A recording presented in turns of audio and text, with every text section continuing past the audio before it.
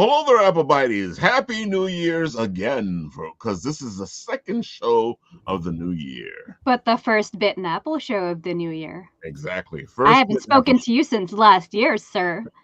It's been a whole year. Whole year. What happened? And tonight, folks, we have Vaughn and Matta showing off their beautiful stuff that they have. Of course, Vaughn has his new Phenomenova #2 because the first one was fantastic, and he needs to go and keep going. I know, I do. As long as I'm financially able, I'd love to get as close to that kind of keeping the excitement as I can. In this day and age, especially, there's always something new coming on the market. I'm like, no, I still exist. You know, you got to keep reminding them. Yeah, people forget really easily. Really easily. I do it all the time. How many campaigns have you guys been like, oh, I really need to get that? Oh, that's over. Oh, this is, you know. Yeah, I've had campaigns where I've forgotten I backed them, and then like I get like a bunch of Gemini mailers, and I'm just like, the hell is this? Like, oh yeah, this was from like 3 months ago. In all fairness, sometimes that thing doesn't show up for like a year or two. Oof. Yeah. I hope to never be one of those people. Oh yeah, I don't want to do that ever to a customer. If I can avoid it, that's like, so my book, I'll say right off the bat, Phenomenova issue 2, fully lettered. It's ready to go, basically. Nice.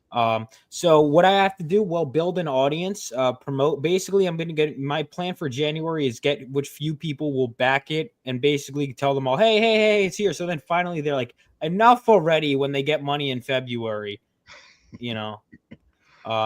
is basically my promotion plan for this book, because I'd love to get it out as soon as possible. Also, issue 1 is available on my website, Rebel Oasis Studios. Fun fact, it's banned on Facebook. My website link is, I'm not even joking. Why? Okay. Because it has, the only thing I could think about, because I was shocked. They were like, we don't allow sites that promote terrorism. And I was like, this is an all ages kids book.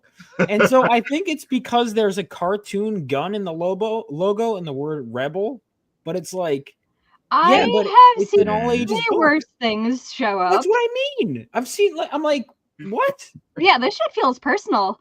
It does. I mean, I'm seeing like people post arts where like someone's ripping someone's head off, and I'm like, that's fine. But this is like dead bodies with like intestines hanging out and stuff, and it's like, this is fine. But this all ages book gotta go. And we can't have somebody be heroic. I cannot. No. Not in this economy. Heroism in this economy. Yeah, I guess not. It's literally a teenage boy on his young heroic journey, but I guess it's too mature. Let the record show, it is I would say it's a pretty innocent book, to be honest with you. I gotta say, from what I've looked at, what I've read, what I've seen, this is actually more in par with how comics used to be. Yeah, which is what I was kind of going for, and I actually liked it. Initially I just wrote because that's what it was calling to me. And then people kept saying, hey, I only want books that are younger. And I realized this is actually better, like to have an all ages book. I'm like, I guess I'll just keep it that way. And it's also you can get away with a lot of stuff in all ages books. I mean, there's stuff that kind of got close to crossing the line in the 80s, but they were in that comics code somehow. I mean, I guess it's not a thing anymore, but. Well, it's funny. Like, it was a different time, and as a Gen Xer, we were for a long time there was no it was like the rated G stuff was technically rated PG, and the rated PG stuff was technically rated R. Yeah, I forgot who. I think it was Jay Hewer who was talking about like he'd watched rated PG-13 movies with his kids from like the 80s. But like technically they'd be rated R nowadays, and he's like, no, it's totally okay. It's PG-13. Yeah, I remember like I was trying to explain to kids that like Jaws was a PG movie when I was trying to get my friends to watch Jaws when I was little. Yeah. And it would be like a whole game of telephone. I kept trying to go, yeah, well, my mom said that that it was different back then. I was like, oh crap. That's why PG-13 came into being, was because they needed some differentiation on things. I feel like PG-13 hit like in the 90s or something. Yeah, it didn't exist in the 80s. So. No, in the 80s it was like everything's PG. Yeah, but now PG feels kind of obsolete, because then it was like, is there really much of a difference between G and PG? It's like, You know what it is? Technically speaking, we should be actually watching the movies with our kids. We shouldn't be like letting them watch their own things. We should be knowing what's going on. But I find that this society doesn't want to do. No, you just give your kid an iPad, and that's exactly right. No, iPad, there will be no Disney long-term problems Exactly. at all. No developmental issues, no, No. lack of social skills or anything like that. Like, no, it's fine. Dude, kids apparently start saying things like and subscribe in sentences, and it's like, that's disturbing. I almost spit out my coffee when you said that. I wish I was joking. I hope that was misinformation I got. I hate this timeline. But the truth is, I don't like. I have no reason to doubt that because it's in line. Because that's all kids watch is like YouTube and TikTok and stuff. And I sound like, old man yells at cloud or whatever, but it's sometimes really old man got some points. Like, smash that like button. Be sure to subscribe. Oh my God. Go outside and like, I don't know, go sit on a swing or something. I don't know, man. I got into a lot of trouble outside, so I don't know. Actually. But I'm Gen X, so. If you didn't get into trouble, you weren't doing it right. It's kind of a rite of passage.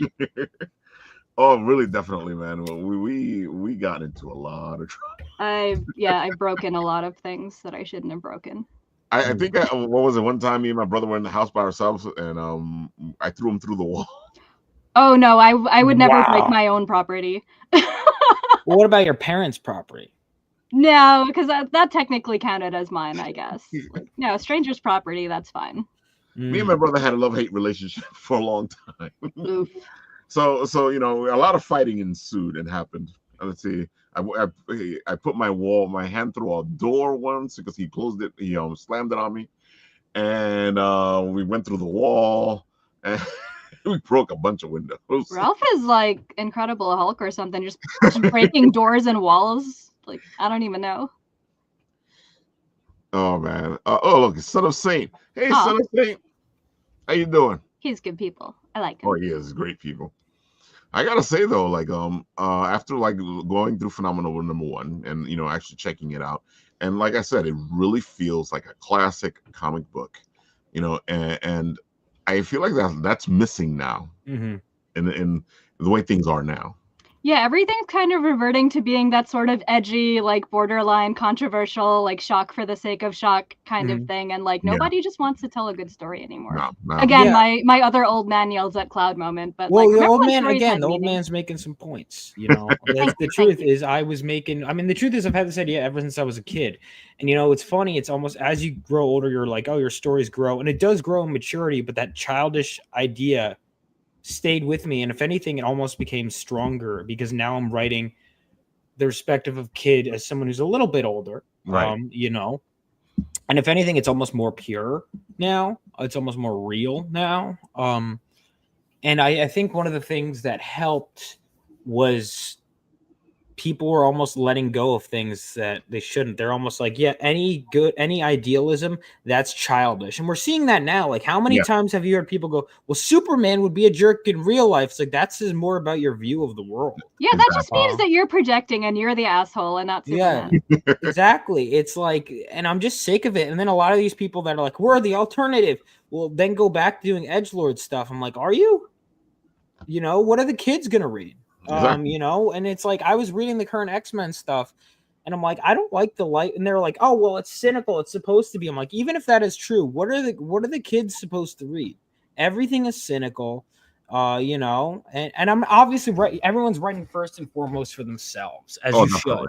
But this I don't know. Well, I'm gonna stop you there. Sorry to cut you off, but I mean, when you're thinking about stuff like Marvel and DC, like how much are they really writing for themselves as opposed to like a bunch of people in a room going like, oh, this is marketable, blah blah. Like, this is why I love indie comics, because we can do whatever we want. We don't have like the big money guys saying like, oh well, you can't do that. That's not gonna sell. That's not gonna be marketable. Yeah. Like, we need to throw more buzzwords in there and stuff. So it's that's true. I mean, they're not writing for themselves. They're like, okay, well, everyone now is feeling a little cynical, feeling a little nihilistic or whatever. Like, let's lean into that and make as much money as we can off of that. Well, I think that's part of it, but I think it's also that the people running it genuinely are nihilistic. too. Oh, they are. I don't even think it's just that it's what's selling. I think it's what they have, because it's just it's nihilistic stories, create nihilistic people who create because that's all they know. Where it used to be, it was like, man, I mean, and I'm not saying it was always like this. Like, I think, for the entire time I've been reading comics, this has been an issue. Like New 52 is a new thing when I was coming into it. But there was always like, I think we're missing that light at the end of the tunnel. Oh, definitely. That was always there in the older stories, that you could have a devastating defeat, but the reason why you keep reading is because there's something to fight for. And, Phenomenova issue 1, I guess it kind of spoils it. My main character tries to fight on his own and he fails, right? But he learns lessons along the way. Now, issue 2 is less than half the length. It's a 24-page issue, which is going to be mostly my standard. The 3 is going to be 40 pages, and then it's going to go back to 24. And issue 2 is kind of like a course correction. It's okay. He tried in a world at 20 years after World War III, he tried to strike out on his own. He failed. Now he's getting one of the veterans, the older guard, to basically come in. Nope. Smack him around, get it together. Why did you want to be a hero? And there we're going to move forward again in the right direction. And I guess that's kind of a meta commentary on really just life in general, I guess. But it could be the comic industry. It could be whatever you want. But it's also, I start from a place of character. And that's what I wanted. I wanted my character. He speeds up, but he has the right, heart is in the right place, but he doesn't have training. And now he's getting it. Is where I wanted it to go. Sometimes that it resonates. Like, it's like you go through life, you make mistakes, you learn, you get help, you can't do everything alone. Like, And there's also a Kickstarter which you could sign up for, because I know a lot of people prefer that. But I get a larger percentage if it's on Fund My Comic, and it is already on there, available to get. There's also an extra cover on here, but regardless, this is where it is. So there is going to be a trading card that everyone can get. Now, depending on how well it funds, it can go further. But yeah, that's what you did last time. You were able to do those little extras as far as the money was going. Yeah. Now I think I'm going to be a little less generous this time. Now that I was like so excited. I'm like, oh God.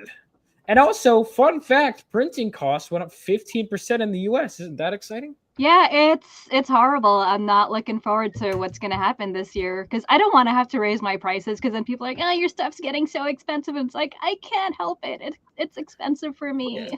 Well, my solution, though, because they go, oh, why are you going outside of the country to print your stuff?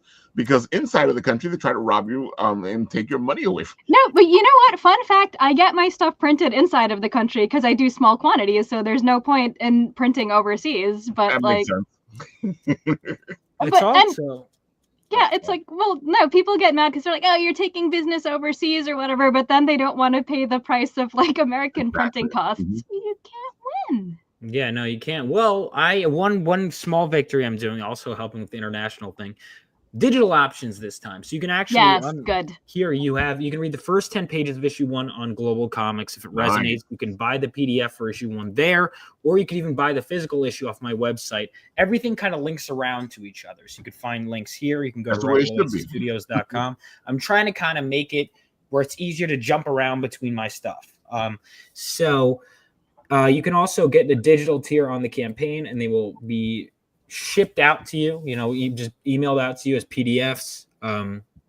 It will be on Global Comics a little after, but the people who get it first will be the backers, of course, as always. But yeah, issue 1 is like a hierarchy.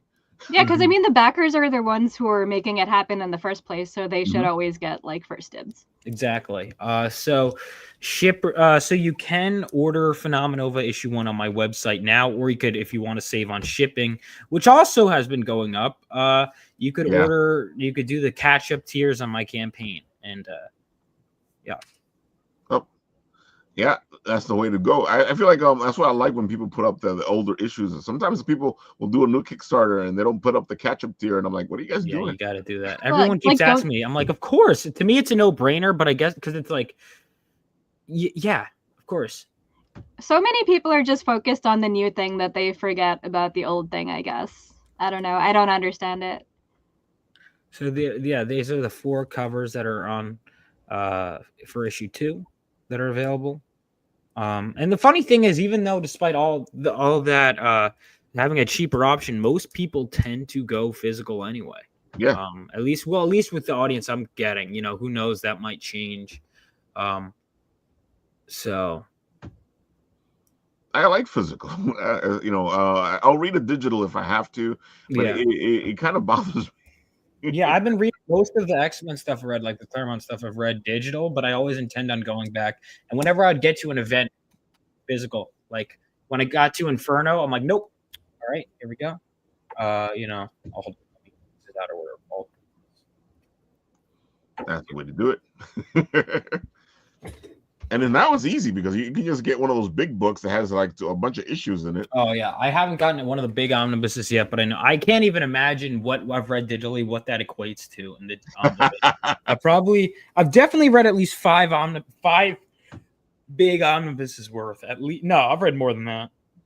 I've read more than that because I've read I've probably read like 10 omnibuses worth, honestly. Which is why it's kind of good because it's just the space. This whole shelf would easily be filled up with the Claremont stuff I've read because this covers like 20 issues in Indians even. Yeah, I've read almost all 100. I'm 3 away. Oh man, anytime I try to figure out how many comics I've read, I'll look at my books and go, that's not. I've read a lot of books. Yeah, it's like 1, 2, 3, a lot. Well, that's why issue numbers are important, and renumbering every 5 seconds maybe isn't good. No, that is a terrible idea.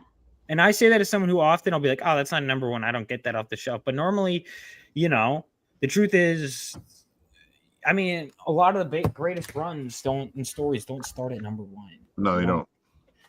It's because we're incentivizing later on. Yeah. And it's like, well, if we're incentivizing trades, why do it? I don't know. Just the way they do it doesn't always seem to work. So unfortunately, you can't get the day 1 trading card anymore. That was, obviously day 1. Mm-hmm. But you can join my mailing list on my website too. That makes things much easier. There's now a separate MailChimp link. I'm trying to streamline things as much as I can. But if you go down, no matter what, you will get that trading card when you back the book. And there's also going to be a 10K trading card. Now that will include across Kickstarter and Indiegogo as well. I see. Okay. Yeah. 15K, get Rebel Oasis sticker. And then 20K, it's like, you know what? Basically, all issue 3 covers revealed, which basically means, all right, issue 3 is happening, baby, if we hit 20K. Like it is, not only is it happening, we're starting production. But as you can see, we're a little bit away from there. But the day is young. Good. You got 50 days left, right? Yeah, you're doing great. Yeah, exactly. You're doing really good. You're like 90% funded already. I know. I did 15K in my first day, which was good. Nice. That was a good start. Yeah, well, yeah, I made sure of that, which was a good thing for me because it showed, there are people that are waiting even after the holidays. Part of it was also, I don't want to say a purity test. It's not that at all, but it was almost who's really like there no matter what. Who are your core backers? Yeah, exactly. Who are my core backers? And I found I have a decent amount of them. I could always gain more, but I found I have a decent amount. And that's good. That's really good because you only got about 400 and change before you hit the funding mark. Yeah. Yeah, that was another thing I did this campaign is I actually made a real goal and not like a it's 1,000. It was I needed more than $1,000, but it was basically funded before. I was just getting people familiar with the crowdfunding model essentially. Right. My first campaign. And also the tiers makes it easier. That way I'm like, okay,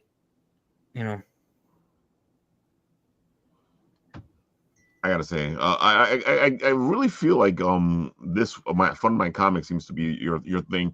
I don't know. I know we were talking about in the green room that you might want to go to Kickstarter, but I think you might want to keep starting here. Yeah, well, I might keep starting here, but I'm definitely doing Kickstarter as well. I did it last time. I was on your show promoting that as well, and it definitely helped. Indiegogo I'll do as well. See, look at that. I'm already up to. Not sure if it was you guys, but you know.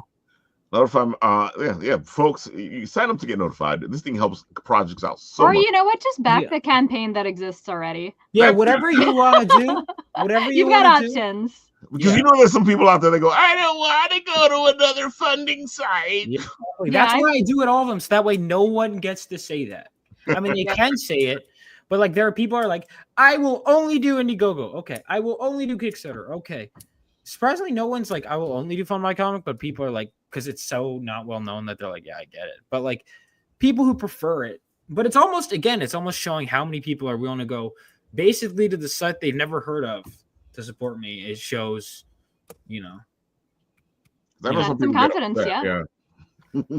Plus, they take a tiny percentage compared to the others, which is great for me. So much better. There you have it, folks. That's why you should go buy it now over there at the GoFundMe comic site, because he gets more money. More money means better rewards. It means issue 3 happens. Like, exactly. Good stuff. You get more stuff with your issue 2. Yeah. Exactly. So it's great. That's why I was like, I want to make sure that I at least get this, as much of this 4,000 as I can before I move on to promoting others. And it's been great. It's been really good. And again, you could read the first 10 pages of issue 1 for free. You could get it digitally, you could get it physically, whatever you decide to do, options are there. That's also a good thing, because you're allowing people to check it out without having to like put the money down, because some people get really like, oh, like, I don't know if I'm gonna like this or not. Yeah, exactly. Well, you get to find out if you're gonna like this or not. The first hit is free. Exactly. I would love to have done that with the issue itself, but well, no. I mean, when you get further along and you're maybe at like issue 6 or 7 or whatever, then you have to give away the first issue and, you know, let people really get into it. Yeah, exactly. Or I could even let more pages gradually be available of issue 1 to hook people. But I think the first 10, honestly, because that was what it automatically does in Global Comics. But it was honestly the first 10 just happened to be like a perfect stopping point. That's always good. Like if the first 10 pages actually gives you something, and then you're like, "Oh, okay, let's dive into this." Son of Saint is saying, all you need is the Son of Saint variant. No, I'll never stop plugging. I feel like the day he stops plugging is the day something is like terribly wrong with him. Well, he's a great artist, folks. You know, if you guys do need a cover, go hit him up. Or if you want to do something special for someone, especially with Valentine's Day coming up, he'll actually put your people into beautiful art. He also does logos and stuff, doesn't he? Oh, definitely does logos, and he does movie posters. A man of many talents. I think I just gotta hold on. Let me go ahead and refresh, because I think we just got a backer. Oh, nice. Cool. Refresh. Let's see. There we go. Oh, yeah. Oh, wow. Yeah. You love to see it. Oh, wow. It's a big backer, too, because you went up really well. Now, I did check. This is someone from personal life, but I would love to give you credit. I think it's, yeah. I know this is. But either way, we went up 2% today, which is good. Yep. That's really good. Yeah, keep those numbers going. Also, if you want to make these guys look good for promoting me, you know. Oh, yeah, exactly. Yeah. That's what I do. All right, I'll tell you a secret. It's not really a secret because I've admitted it on air. I would have guests on my show, and then I'd back the guests on my show and be like, look how great you do on my show. Which I've had hosts do that. I had one guy, it was three hosts, and they all backed me on, and I'm like, I'm telling everyone to come on this show. And I did. Yeah, because it helps out. Yeah, especially if you got 3 hosts. It's a business investment. It's all business, yeah. Yeah. You know. It's funny, when I used to co-host Explain Yourself with back when Kevin Joseph did it, we actually had a thing called the Explain Yourself bump, where it's like after you appeared on the show, like you'd suddenly get a huge increase in like your funding. It actually wasn't us doing it, but we had like a lot of watchers who had like comic shops and whatever, and like that was fun. But we took credit for it. We're like, nope, this was all us, our magic. Yeah. Oh man, that's good. Yeah, folks, I'm going to show the video here so you guys can take a look at this. Here we go. I just want it to be like the Crusader Corps. Like my father. I thought with my new powers I could be. But I failed. I let everyone down. I got people hurt. I just wanted to make the world a better place. And instead I made things worse. But now I have the chance to make things right with the help of one of the Crusader Corps. The Phoenix section. And I will. I have to. Whatever it takes. I will find that spark again.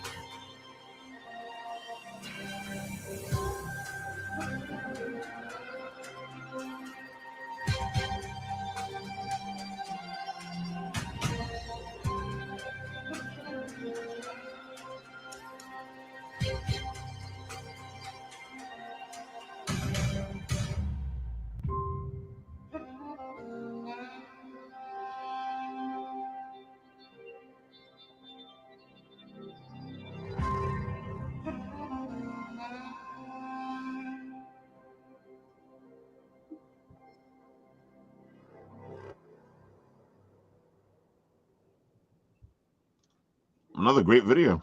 Thank you. You get the feeling. I feel like you actually were able to explain everything, show off the art. Very good package. Yeah. Also, it's great when it's narrated from like the point of view of the character. It really gets you into it.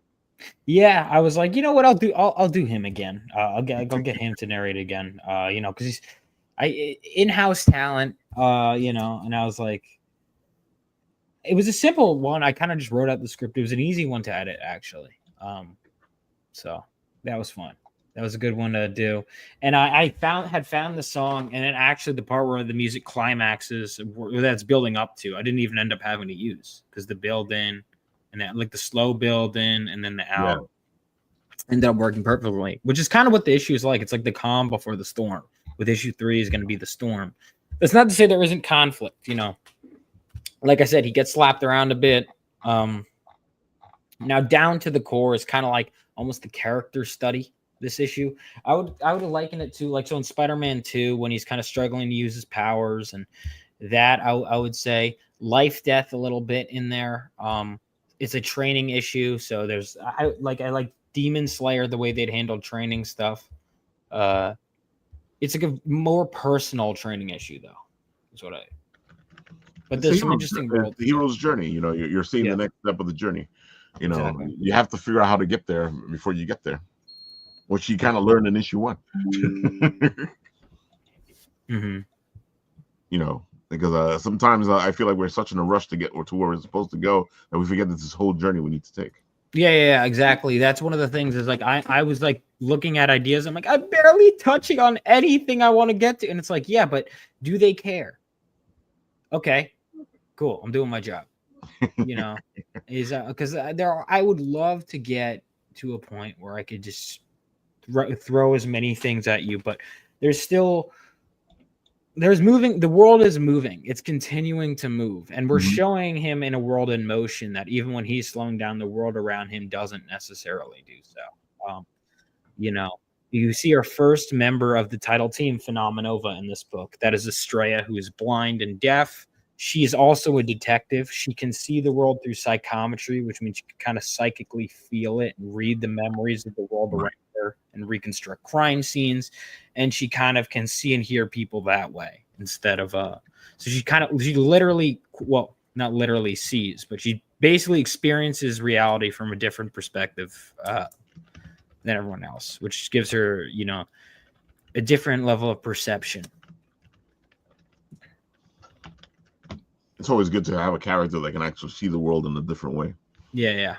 She was a fun one to write. As soon as I came up with her, she was a later character I came up with, and then I inserted her earlier, actually, than all the other team members, because I was like, that just makes sense.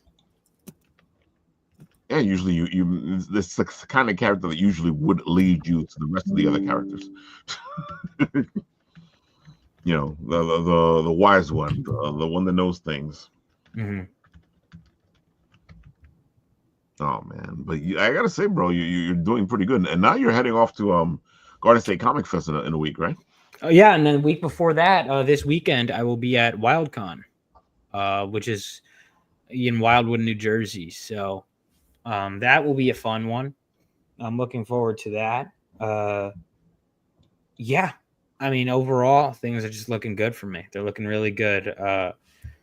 WildCon, New Jersey is going to be a fun one. And that'll be my first con. I have my convention banner already. So for those of you that didn't miss issue 1, or if you didn't get the variant covers, I will have leftover ones, but they'll be sold at a higher price and they are very limited. So if you want the chance to snag those, get those from me in person, or if you just want to get the book, that's fine. If you have the book and you want to get it signed, do that. But that'll be WildCon this weekend, and then Garden State Winterfest the week after. Now, there are also 2 other Jersey shows I'm doing. I'm doing Super Jersey Comic Expo in April. Actually, 3 others. Anime Fest, Garden State Anime Fest in May, Garden State Comic Fest in June. Yeah. So I'm going to be hitting 5 New Jersey shows this year, at least, which is good. You know, I'm really expanding my outreach as best that I can. It's also good to do the home shows because, you know, you got to start travel somewhere. Expensive. Well, travel. Oh, of course. Yes. Starting somewhere. Yeah. Travel expenses too. I'm like, it would be nice to not hop on a plane. And, oh my God. Yeah. Because I was doing the budgeting. I'm like, oh my God.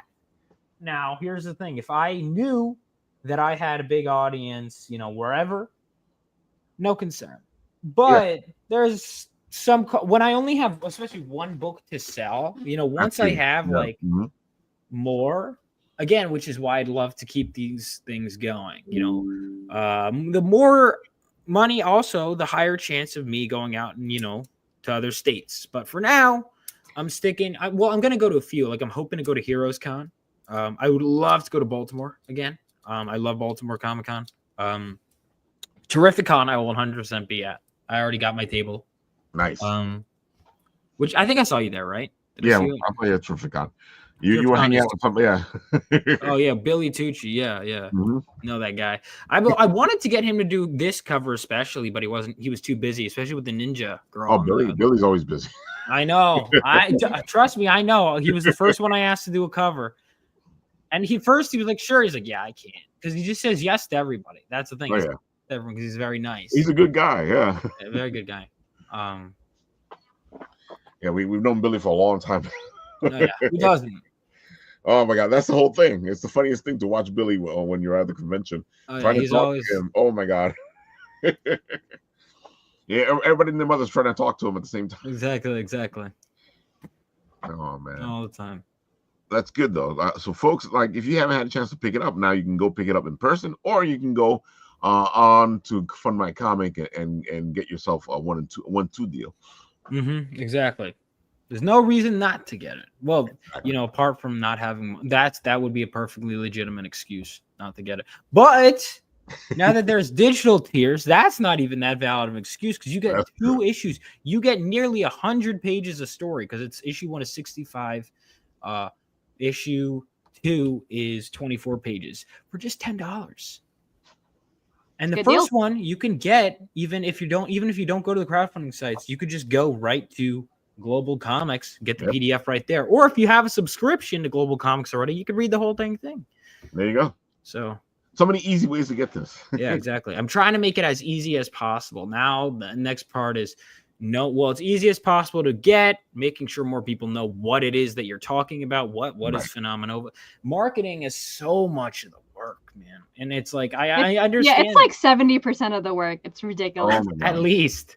And that's the thing where it's like, you know, get back to your point about creativity. And it's like, why do so many people work with these companies then? If it's because then they don't have to do all this, you know. Yeah, they might not be in love with the stories that they're being directed by editors to tell. That changes corporate mandates, but at least it's consistent, and at least you're writing. even It's if a you may not have paycheck. control over. Yeah, you may not have control over it. If Marvel said, "Hey, Ralph, I want you to write for me," I'll be like, "Yep, I'm right in there." Yeah, exactly.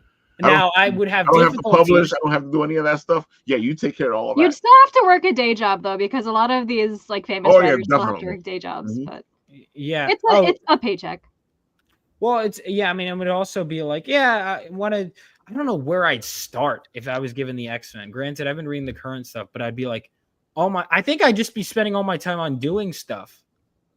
Well, I think honestly, because I'd be like, why are you hiring me instead of Chris Claremont?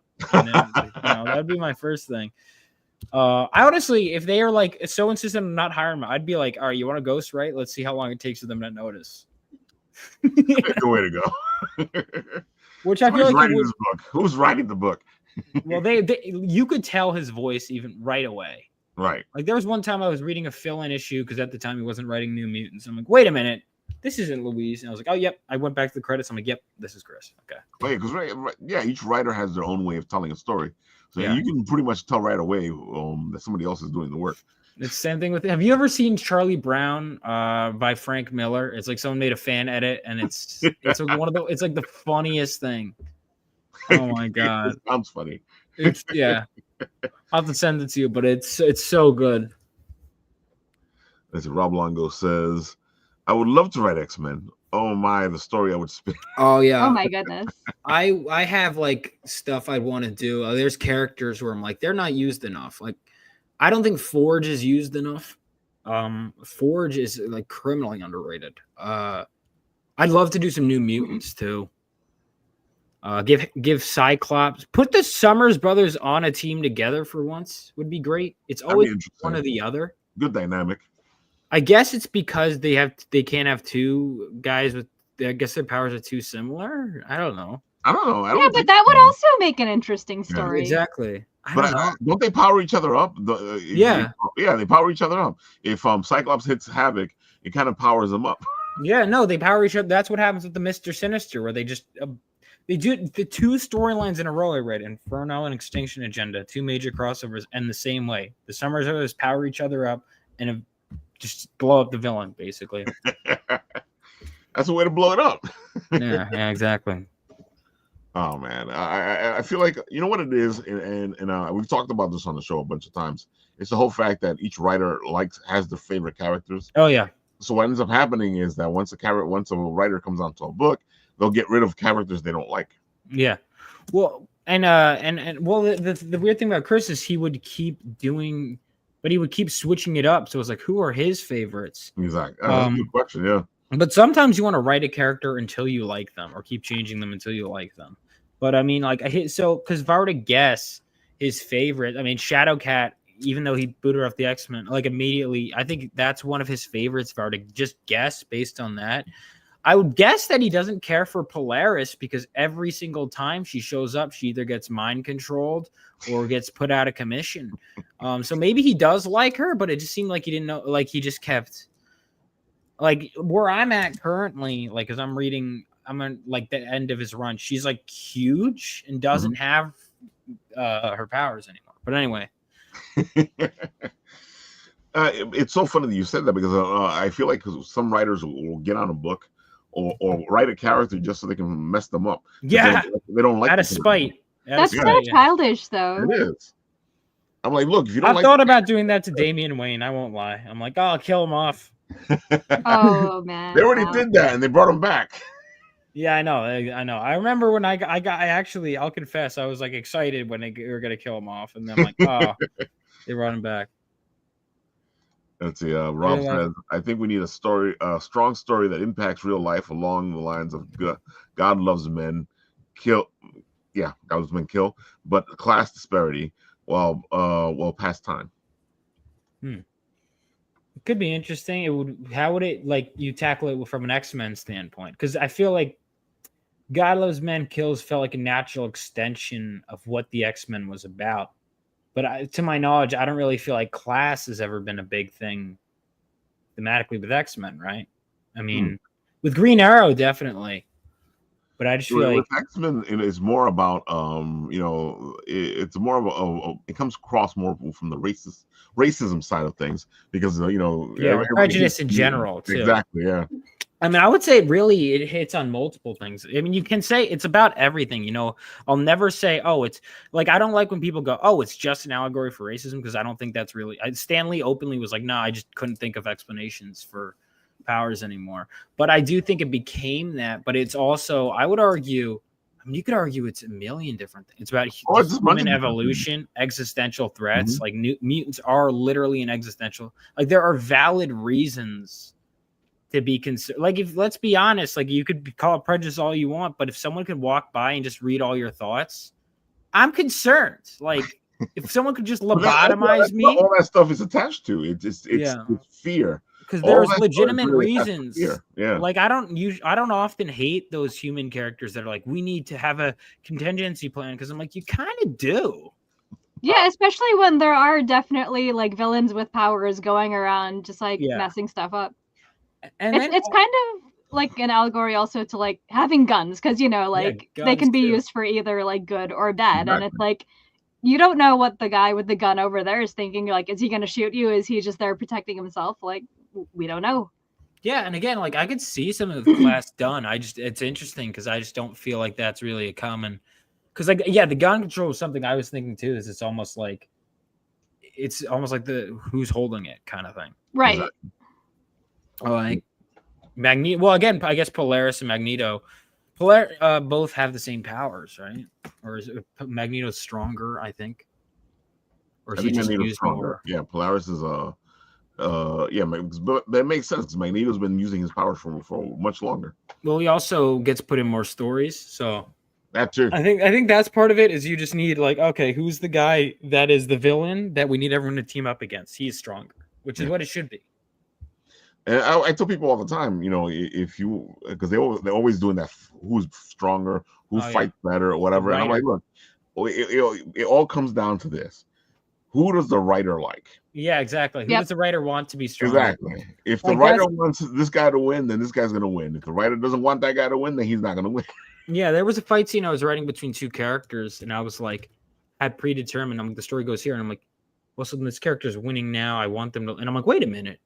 Yeah, and I'm totally like, yeah. I just came up with an explanation for how the hero could get out of the city. I'm like, so it literally just is that, just who I want to win. I will come up with a scenario for how they win. Who I want to lose, I will come with, like, the heroes. You could always argue, the hero could have just done this and it would have been over in 2 seconds. Or, the villain could have just done this and it would have been over in 2 seconds. Yeah, but you're telling a story, Yeah. And it's also that, like, because I do enjoy stuff like Death Battle and whatever. But one of the things I always liked about that, I thought was funny about that, is they'll talk about how Mario's, for example, feats of strength. And I'm like, well, what about when he touches a turtle and dies? Why is that never mentioned? Pretty bad weakness. Yeah, exactly. It's like, okay, he could have survived an explosion in this game, but then he just touches a turtle and he dies. Survive an explosion, fall on spikes, get squished. But turtle, there's no consistency. There's no consistency, which is fine. Turtle allergy.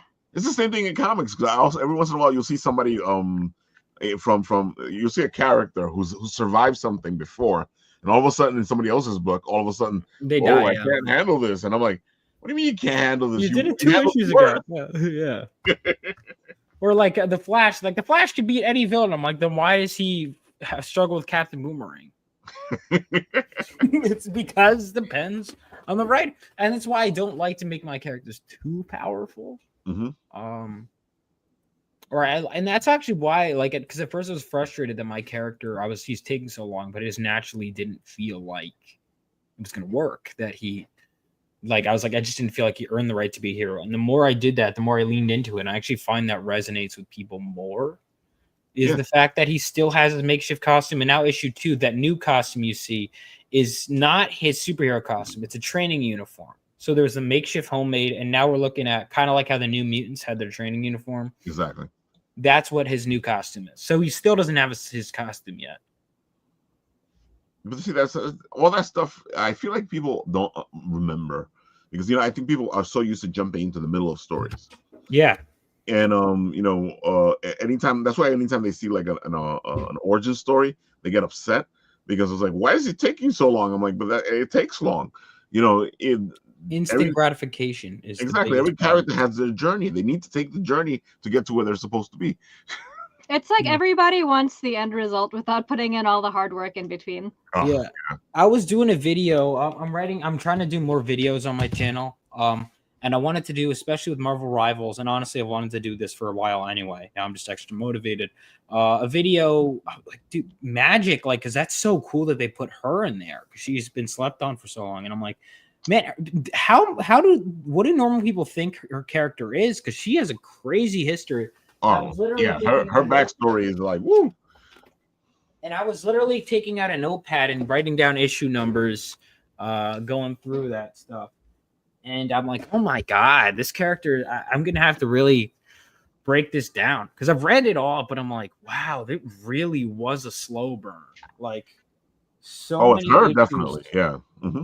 So many issues before she even, like, where she's Ileana and she's went through limbo, but they don't tell you what happened. There's like a solid, like, 10 or so issues before that Magic miniseries comes out. Oh, definitely. Where she's like, oh, yeah, I went through a lot in limbo. It's like, you gonna tell us? No. All right. Like, I'm glad it was when I was reading the comics, I was able to just read that miniseries right away. But I can't imagine when it was coming out. Like, what happened? What did she go through? I'm not gonna tell you. It was a funny thing because we first saw Spider-Man in his black costume before we saw the story of how it happened. Really? So the whole time you were like, okay, what's this? That's weird. Yeah, see, that's one of the things that I can avoid as an indie is those monthly. That's the problem when it's too mechanical. Also, didn't Gambit's first appearance accidentally go in the wrong issue too? I think I heard that like Avengers or X-Men Annual 14 or whatever it was came out before Gambit's first. So it was Storm shows up at the mansion with this guy. Yeah. Like, oh yeah, it's Gambit. It's like, what? Yeah, before we find out who Gambit is, Gambit was already at the X-Men mansion, so that much I remember. And even when Gambit does show up, they still don't tell you. They're like, yeah, he's Gambit. Not until they do that story where they explain the whole thing with him and Storm. Yeah. Well, you know what's funny too is I don't know. Do you know what the original plan for Gambit was? So a lot of people argue about it. Supposedly he was supposed to be the other Summer brother. Well, that was one of them. I don't know if that was the original though. That might have been a plan. Chris Claremont's plan is, you wouldn't guess it. It is like, okay, so him and Mr. Sinister were both supposed to be like, and I'd have to look up the exact details, but like projected characters, like projected personalities of a different character. So it was like Cyclops had this kid in the orphanage named Nathan who would keep being brought up in flashbacks. Right. That kid was going to be revealed to be like some old, like hundreds of years old guy who's stuck in a kid's body, but he wants to be a villain. So Mr. Sinister is this kid's idea of a villain. That's why he looks so over the top and has the name Mr. Sinister and has shark teeth and has a throne with like skulls, is because he was literally a kid's version of a villain. And Gambit was supposed to be the hero persona to infiltrate the good guys, which is why he has that over the top cool guy look. Because I remember that part of it where one of the X-Men was supposed to be a traitor, and they kept going towards Gambit, and I was like, okay.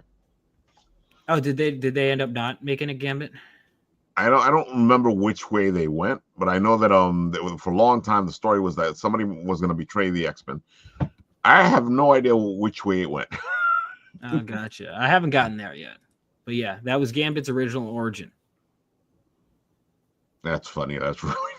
Yeah, if you look into it, it was all like a little kid's in a little kid's actually makes sense what you're explaining, especially with Mr. Sinister's name. Yeah, and Gambit again was like, I think the kid had like a crush on Rogue, but he couldn't act because he looked like a kid. So Gambit was like his cool guy.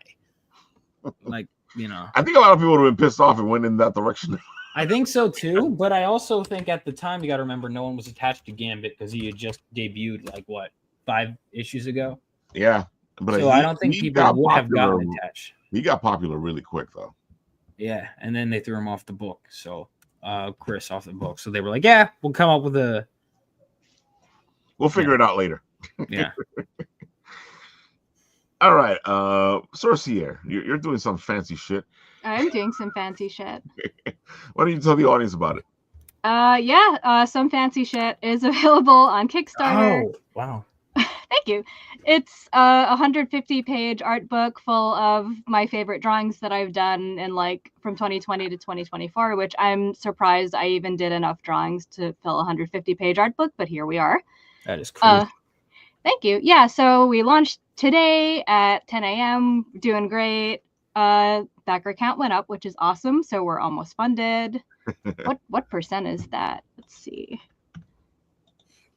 Just waiting for it to load. I'm so curious about this.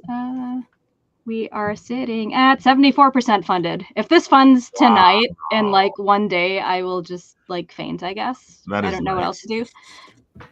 That is really nice. It's pretty great, especially after like the shitty year I had last year. Like I needed this. This is a good way to start the year. So yeah, we got Project We Love recently, which is also awesome. Oh damn, you're on fire, girl. Yeah, you know what? I'm not gonna question it. So Project We Love. A lot of people have been going for like the hardcover book with the inside sketch, which is where I draw a little sketch for them. Aww. So that's cool. Yeah, like I didn't know how many people would pick this. This is completely uncharted territory because I'm used to just doing like comic after comic after comic. So I was like, I don't know. Yeah, like here, look, comic after comic after comic after comic. Yeah, like 7 issues of Sacrimony and 3 issues of Buddy and Friend, all by myself doing the art and the writing because I'm insane, I guess. But yeah, I mean, also if you're not familiar with my comics and you're just like, oh, art book, random thing, why would I want that? You can also catch up with my comics and the art book, or you can just get the comics because like, why not? I threw that in there. Yeah, so I've got digital catch-up tiers for Sacrimony and Buddy and Friend. I've got physical books. I've got like physical books plus the art book. I have like a catch-up tier of just like literally everything I've ever done. Yeah, I've done a lot in the past 4 years. You've been busy, girl. I've been very busy. I gotta say, I still love when you put the commissions in here because people I don't understand how much of a deal they're getting. Yeah, man, like $100 for a really portrait. Good. Yeah. Thank you. And yeah, I have commission add-ons. Like these are some of the commissions that are also going to be in the book because I put my commissions in there. So it's just like, here, have a hardcover version of my portfolio, I guess. But it's a very fancy portfolio, as you can see. Yeah, and it's funny because I know that we don't get to talk prices much because it's one of those things where each artist has their own price for whatever they're doing. But technically speaking, these are pretty cheap prices for what you're getting. Yeah, people don't. They're like, oh well, shouldn't that be like $50? Like, no, this is going to take me at least like 3 or 4 hours to knock out. Yeah. So yeah, I've got more commission samples there because those are some of the ones I'm the most proud of. That was like the last thing I drew for 2024, so it's a good note to end on. That is a beautiful shop for 2024. Thank you. Wow. Good way to end the year, yeah. Damn. I was gonna say I'm looking at both of these and I was like, wait, I haven't seen these before. I'm so terrible as an artist because I'll finish all of these commissions and I'll just like I'll send them to the person who paid me for it and I'll just never post them online because it's like, no, the person who was supposed to see it already saw it. Whatever, I don't care about social media. But yeah, also I'm doing comic cover commissions for like ever. You've been busy with the covers because you're all over the place now. Every time I turn around, it's like, look, it's Matta Sorcier. I'm like, I didn't even know she was doing this cover. Oh man, I got the Worst in Mayhem cover from Ryan and John a couple of days ago. I should have had one ready because John is a genius, so he did like a matte laminate cover so that there's no glare on the black and the art really pops. Nice. I'll have it ready next week. Yeah. We all know Matta's gonna be back next week to talk and co-host and do her thing. Yeah, you're stuck with me. You know that already. Never be rid of me. I hope not. Yeah, I've also got just a carte blanche sort of like full color illustration tier in case anyone is just like, they have an idea and they're like, here, I want you to do this. So, you'll get something of that sort of detail. Wow. Which that took me like forever and a half to do. It looks like it took forever and a half. That's worth it though. Yeah. Thank you. I also I had a gold foil version of that. I actually have that here because I've been using it as a bookmark. Hold on, I'll show it off. Oh my God, look at that! It like lines off the whole thing. Yep. Wow, and you've been using it as a bookmark. Yeah, because I had a bunch of these. Like, so like whatever book I have, I just kind of like stick it in there, and it's just like, all right, this is my bookmark. But yeah, that looks beautiful. Thank you. How did you decide in the process? Because it looks like your choice makes it stand out even more. Oh, the outlines. Yeah. Oh my God, it's so insane because it's like what I did was I printed out a regular color version on my own printer, sans gold foil because I don't have that. And then I took gold ink and I did a bunch of different versions where I outlined different parts of it with the gold ink until I figured out like what I really liked. Because that's really the only way that you can tell if it's going to look good or not is if you actually like do a mock-up yourself. So that was a lot of hours of trial and error. Well, I know you're good at it too because I know the other one with the glitter and all that stuff, that beautiful piece that you still have. Ah, thanks. Yeah, I don't have it handy because I cleaned up, so it's not. I didn't think you would. I was gonna say it's probably somewhere else right now. I'm so unprepared now. I feel terrible. At least I had the gold foil thing to show off. At least it was right there. Mm-hmm. Let's see what we got. Japan saying fast funding. Yeah, for once, right? Grant saying hey all. Oh, hey Grant. And 2121 Productions saying sorry I got disconnected. There's a disparity. Oh, that's DC. Yeah, there's a class disparity in X-Men. Ask the Morlocks and Hellfire. Oh, there is class disparity. You're right.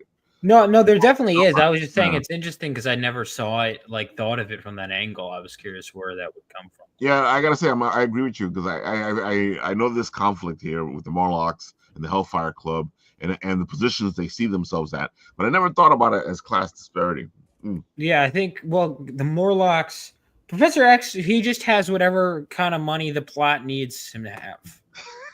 Like infinite. How many times have they rebuilt the X-Men mansion? Too many times. Yeah, it's just. I guess it's just like they should establish that it's like they have some kind of tech, like alien tech from the Shi'ar that like automatically can rebuild the mansion over and over again. That would make a better story idea. I guess it's plot armor. But then it could go.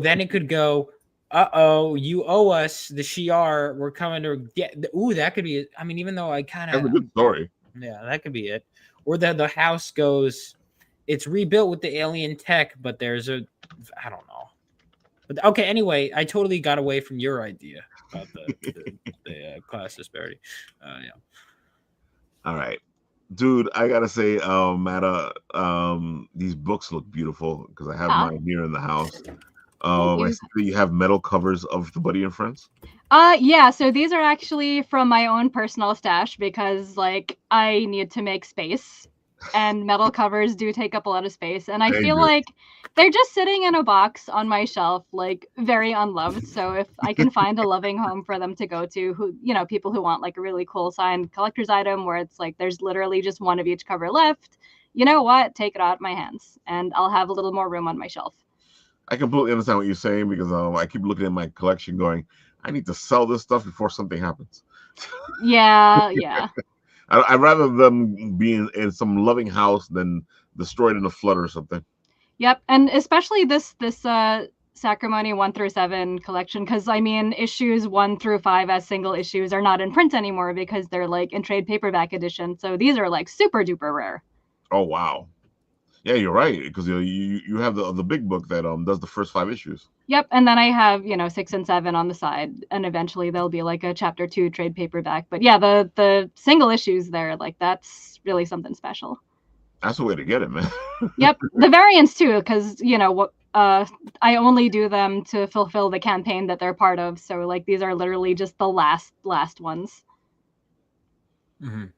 That's the way to get it, man. Sheesh. It's a lot of variants. Well, it makes sense. You've made a lot of books. I have. I'm so tired, but I'm so energized now because this campaign's been doing so great. So yeah, there's like a little sample of what I've got going on in the book. I have the images for the covers especially, and I have the inks next to them because it's interesting to see what's underneath all of the fancy colors. Like I personally love looking at people's inks. Sometimes I like looking at it more than the colored version. I was going to say sometimes the inks are better than the color. Yeah, because then you get an idea of like what the artist was really going for. You see all of the little finer details that might have been blocked out. So like I wanted to offer that for people too, because like, you know, people are like, show me your inks. I'm like, okay, cool, will do. There's also stuff there that I formerly did only for Patreon backers, because I used to have like a postcard tier where it's like every month I draw a new postcard and mail it out. So it's like, you know, most people have not even seen any of these artworks in here, and there's a lot of them because I've been doing that for months. And then I did like Patreon exclusive mobile wallpapers also that I put in this book. So nice, a lot of top secret stuff. Stuck everything in there. I'm happy that even though you haven't been putting them up on your site, you've been keeping track of them. With my record keeping, I'm amazed I still have these things too, because I'm such like once something's done, I forget about it, and I'm just like, all right, on to the next thing. I should have also included that I have like all of the buddy and friend covers in there. I have the sketch covers also that I've done for the recent campaign. I'm throwing them in there too, because some of them are just like absolutely unhinged, so that's great. There's also just sketches that I like that maybe I'll finish, maybe I'll never finish, but like I like them as sketches, so throw them in there. It's a lot of stuff. That's good though, because it gives you kind of like an idea of what's of everything, a little bit of everything. Yeah, get a little bit of everything. Everything I've done, everything I've loved, I put into the book. So you're getting a book with like 150 pages of love. And it's only $65. Yep. And it's also only going to be available during this campaign. It's just super limited edition because, you know, it just makes it more special. Yeah. To just have it be available now, as opposed to someone's like, oh, you know what, I'll get it like 2 years down the road. Like, no, you won't. Yeah. And also, just because I don't have the space to store extra books in these hardcover books. I cannot even imagine. This book looks like it's going to be huge. It's going to be a heckin' chunk. How you will be able to put that somewhere in your house. Like, literally, what I have behind me and, like, one shelf off to the side is all the storage space I have. So it's, like, it's why I do such small runs. 2021 says, I love that big art book, man. Big old art book. Is she bad? Because I was cleaning house with her 2 days ago. I had an 8-hour long live stream, and I was cleaning house with Magic. But maybe I was also playing against other people who were bad. That's also possible. But I thought I was doing well. And he says, have we ever played Class of 09? What's that? Yeah, what is that? I feel like all three of us are like, what? I'm like, was I even in school in 09? I was in not. Elementary school. Oh my god. Wow. I would have been depending on the month. Hang on. I would have been, depending on the month, 9 or 10 years old. Oh wow. I was in hell in 09, so that's the old job. Hell. Oh dear. Yeah, I was actually in a better place in 09 because I was still part of the rehab. But after that it got really bad. Oh no. I was in existential crisis in 09. That's a place to be too. It wasn't a good place, not at all. Existential crisis. Like it's that like, oh my god, I've been out of college for how many years and what have I done with my life? Kind of existential crisis. I know what you're talking about because I was still having those. I'm getting there. Oh no, you know what you're doing. You're making comics. Exactly. I didn't start making comics until I was like 36. So you know. Oh wow. Yeah. All right. I gotta say that I'm in the same boat with you because I didn't start doing any of my broadcasting stuff until I was like 39. It's weird how we come full circle, right? It's like I'm gonna do everything except the thing that I specialize in, and then eventually I'm gonna have a midlife crisis, and I'm gonna do the thing that I specialized in. Japan says I just got out of high school in 09. Youngins. Oh man. So Vaughn, tell the people one more time where they can find you, all the good stuff. Go for it. So you can go to my website, rebeloasisstudios.com. You can go to my YouTube channel. All my socials are my name, Vaughn Coleman. And I do have the Kickstarter link I just put in the chat. Put it there too. You can also buy it on Fund My Comic. That is where the campaign is currently live. It's 91% funded, but if you prefer to stick with Kickstarter, it will launch there probably sometime in February. But if you want to get it now, you could buy issue 1 on my website. You can go to globalcomics.com, read it digitally, or if you want to back the campaign, there it is right now. So you've got plenty of options. Either way, make sure to check it out. Again, Kickstarter, Fund My Comic, and it's all these things can be found up on my website, RebelOasisStudios.com. And I put all those links in the comments section, so you don't go, I'm too lazy to go look for it, Ralph. So it's right there. Just press the button. I didn't know how to spell it. Exactly. Mm-hmm. Press the button, sign up to get notified, or go buy it right now. Go buy it right now. Yeah, whatever you decide. Exactly. Now you got choices.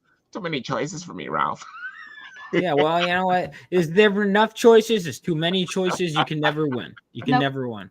That's one of the things is I'm like, oh my God, am I saying too many things? Is my pitch too much? But the reason it is that way, there's a very specific reason. Oh, definitely. Is because if option A doesn't work, well, maybe option F might work. Exactly. Or option Q. Sometimes it takes you all the way down. Yeah, and then when you get to Q, they'll be like, why do you have this many options? I'm like, because of you.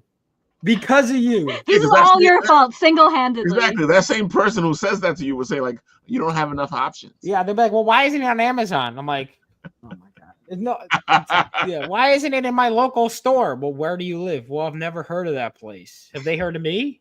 I haven't heard of them. I guess we got something in common, Oh, dude, yeah. Once you become bigger, then it's all over the place, and then they'll go like, and then everyone's like, oh, I supported him since day one. It's like, no, you didn't. Exactly. It's like, yeah. Oh, really? Let's go through the background. Oh, let's see the receipts. Let's see the screen caps of our conversations. you just commented, good job. What? No, that is appreciated. Jokes aside, that is appreciated. Commented, good job. I'm not actually expecting money. All right, that you know what I mean. It's always funny when you get the one person who they mean well, but they'll say something like, "Oh, this actually looks good." Like, thanks. Yeah. Like, were you not expecting it to look good? I've had people this is good like for you. Oh my God, I feel like I would just like hide under a paper bag or something if someone said that. I'll take the compliments, backhanded, front-handed. I'll take them all, man. Butt slapping compliments. See, those I haven't gotten yet, but I'm sure. Give it time. I'm sure it'll do enough cons, I guess. Yeah, you do enough cons, somebody will slap your butt. Oh, all right. Well, I have a couple planned this year, so I'll have to be on the lookout. So tell them again where they can find you for the cons. Might as well let them know. Yeah, so I'll be this upcoming weekend. I will be at WildCon, my first ever con I'm tabling at fully with my book.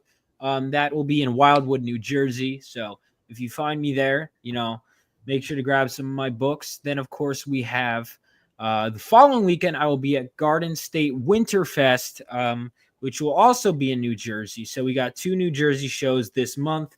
I don't think I have any in February. I'll have to double check. I think I might have a one-day one in March. Again, I'll have to double check. But this, I will be at hopefully Heroes Con this year. I'll be at Garden State or the Anime Fest. I'll be at like Super Jersey Expo, like most Jersey shows I will be at. So, and folks, it is coming right up. You can see them this weekend, and you can see them next weekend at Garden State Comic Fest. Which if you haven't gotten enough of it, yeah. So you got 2 weeks in a row there. Boom and boom. Save on shipping. If you want to save on shipping and just get it right there. Exactly. For issue 1, for issue 2, that's not going to be there. You have to wait a while. Yeah, you might have to wait a while, but I always like saving on shipping by seeing my friends and getting the books directly from them. Oh yeah, you do that because it makes life so much easier. I have to save on shipping too, so yeah, it makes life easier for you. Makes life easier for me. And I'm already going to be there for however many hours. If you want to, you're not going to be bothering me. So exactly. Don't take that as a challenge, but conventions are great. You go, you hang out, you talk, you catch up. It's a blast, folks. Go support your local convention. Mm-hmm. Absolutely. All right. Anything else to say, guys, before we go? Chicken wings. That was a good saying right there. Always on my mind. On this show, when it's time to go, I press the button and this happens.